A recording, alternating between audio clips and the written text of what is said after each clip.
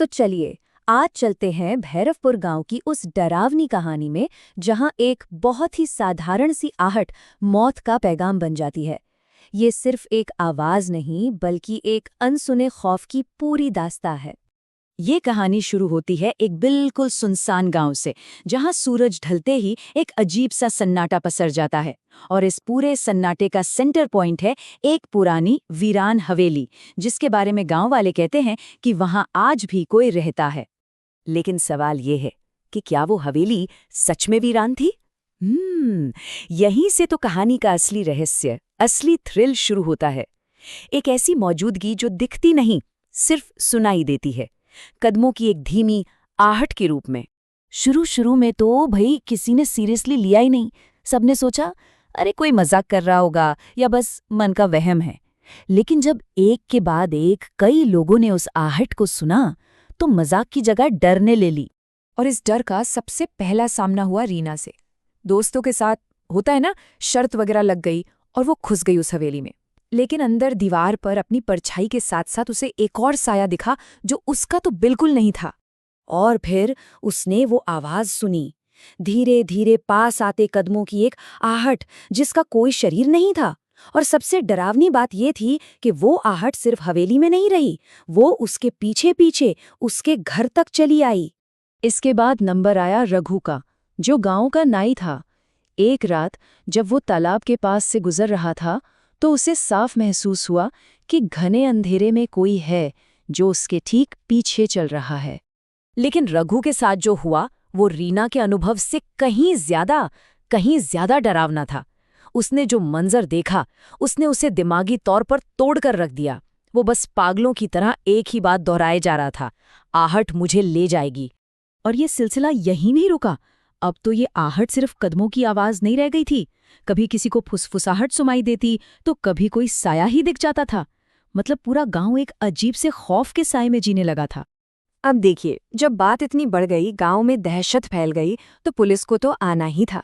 और केस मिला डीसीपी अरविंद को, एक ऐसा अफसर जिसे इन भूत प्रेत की कहानियों पर आप कह सकते रत्ती भर भी यकीन नहीं था। अब यहाँ पर मामला बड़ा दिलचस्प हो गया था। एक तरफ तो वो लोग थे जिन्होंने उस खौफ को महसूस किया था, उसे जिया था, और दूसरी तरफ था एक पुलिस अफसर जो हर चीज को लॉजिक और सबूत की तराजू कर तौलता था। लेकिन उस हवेली के अंदर डीसीपी अरविंद का सामना भी एक ऐसी चीज से हुआ जिसका उसके पास कोई लॉजिकल जवाब नहीं था। एक आवाज जो कहीं से नहीं आ रही थी, और वो उसे सीधे सीधे चैलेंज कर रही थी, अगर सच जानना है तो तहखाने में उतर। और बस इसी के बाद इन्वेस्टिगेशन उस पॉइंट पर पहुंच गई जहां से पीछे हटना नामुमकिन था। टीम ने जब तहखाने का वो जंग लगा भारी दरवाज़ा खोला और अंधेरे में कदम रखा, उन्हें नहीं पता था कि वो गांव के सबसे गहरे राज में उतर रहे हैं। और अंदर जो दिखा उसने सबके होश उड़ा दिए। तहखाने की दीवार पर ऐसा लग रहा था जैसे खून से लिखा हो, आहट से बचना नामुमकिन है। बस इसी तहखाने में, हवेली के उस स्याह दिल में, वो साया पहली बार सबके सामने आया और उसने अपनी पहचान बताई। एक ऐसी कहानी सुनाई जो दर्द और धोखे से बुनी हुई थी। एक धुंधला सा सफेद साया उनकी सामने आकर खड़ा हो गया। उसकी आंखों में जैसे सदियों का दर्द कैद था। उसने बताया कि उसका नाम ललिता है और वही इस हवेली की असली मालकिन है। उसकी कहानी असल में धोखे और लालच की एक दर्दनाक दास्तान थी। 100 साल पहले उसके अपने पति ने दौलत के लालच में उसे इसी तहखाने में जिंदा दफन कर दिया था।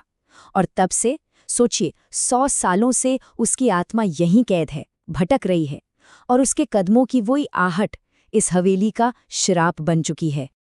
जैसे ही ललिता ने अपनी कहानी पूरी की, उसका गुस्सा बेकाबू हो गया। पूरा तहखाना हिलने लगा, दीवारें टूटकर गिरने लगी।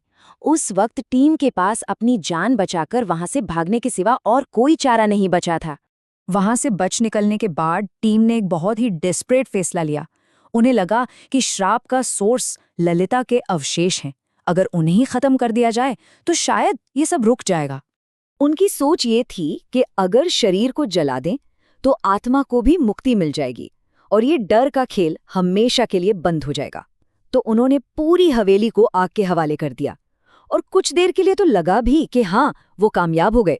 कई सालों में पहली बार भैरवपुर की रातें एकदम शांत थीं। कोई आवाज नहीं, कोई डर नहीं। वो आहट जैसे हमेशा के लिए सो चुकी थी। या शायद बस ऐसा लग रहा था। सोचिए, इतना गहरा जख्म, इतना बड़ा धोखा, उससे बना श्राप क्या इतनी आसानी से मिट सकता है भला? कहानी का अंत हमें वापस वहीं ले आता है जहां से सब कुछ शुरू हुआ था, रीना के पास। एक रात वो अपने कमरे में अकेली थी और तभी उसे फिर से वही जानी पहचानी आहट सुनाई दी। और उस पल उसे समझ आया कि वो खौफ कभी उस हवेली में कैद था ही नहीं। और देखिए, यही इस कहानी का सबसे खौफनाक पहलू है। राज तो खुल गया, पर श्राप कभी खत्म नहीं हुआ। वो आहट अब किसी जगह की मोहताज नहीं थी, वो तो सुनने वाले के जहन में बस चुकी थी। एक ऐसी गूंज जो अगर एक बार सुनाई दे जाए तो शायद फिर कभी पीछा नहीं छोड़ती।